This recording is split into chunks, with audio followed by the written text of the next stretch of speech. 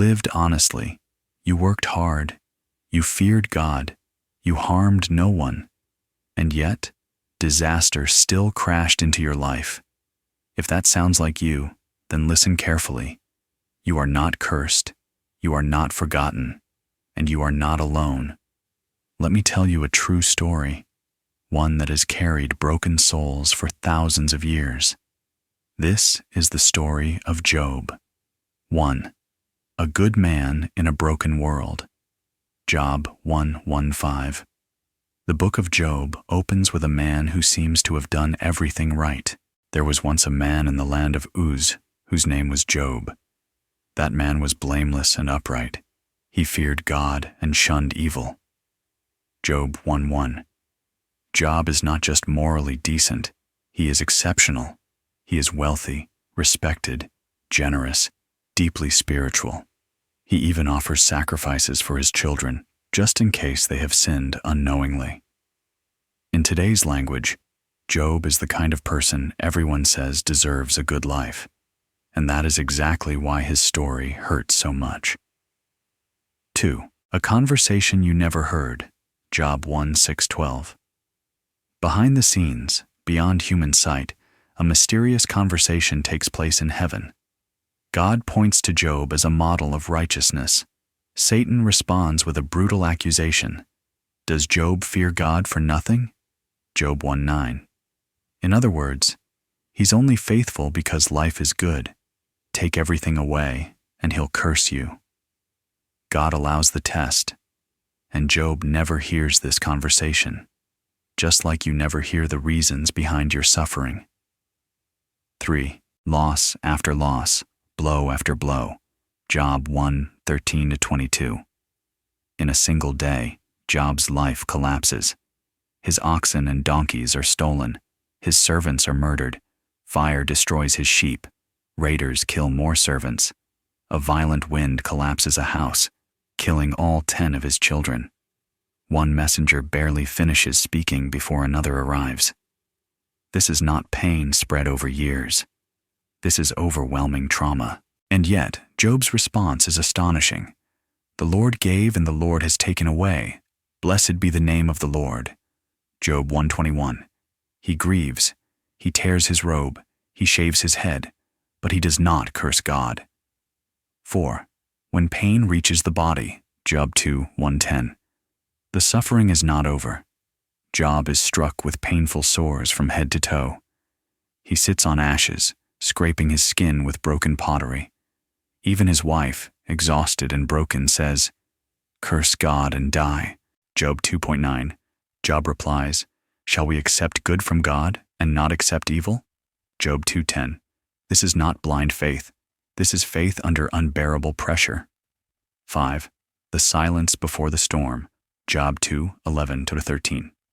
3 friends arrive, Eliphaz, Bildad, and Zophar. When they see Job, they do not recognize him. They weep. They tear their clothes. They sit with him in silence for 7 days. And for once, they do the right thing, because sometimes the best comfort is silence. 6. Job finally speaks. Job 3. After 7 days, Job breaks. He does not curse God. He curses the day he was born. Why did I not perish at birth? Job 3:11. This chapter matters deeply, because Job teaches us something sacred. Faithful people can still scream in pain. 7. When religion becomes cruel. Job 4:27. The friends begin to speak, and everything goes wrong. Their logic is simple. God rewards the righteous. God punishes the wicked. You are suffering. Therefore, you must have sinned.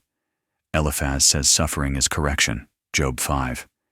Bildad insists God never punishes the innocent. Job 8. Zophar accuses Job of hidden guilt. Job 11. Job responds again and again, I am innocent. Job 9-10.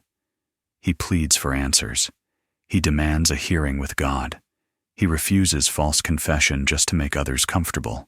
This section of Job is long and intentionally exhausting because suffering feels long. 8. The cry for a mediator. Job 19:25-27. In the middle of despair, Job speaks one of the most powerful lines in Scripture. I know that my Redeemer lives, and that in the end he will stand upon the earth. Job 19:25. Job does not understand God, but he trusts that God understands him. 9. A young voice of wisdom. Job 32-37. A younger man named Elihu speaks. He criticizes both Job and the friends. He suggests suffering may refine, not punish. He emphasizes God's greatness and mystery.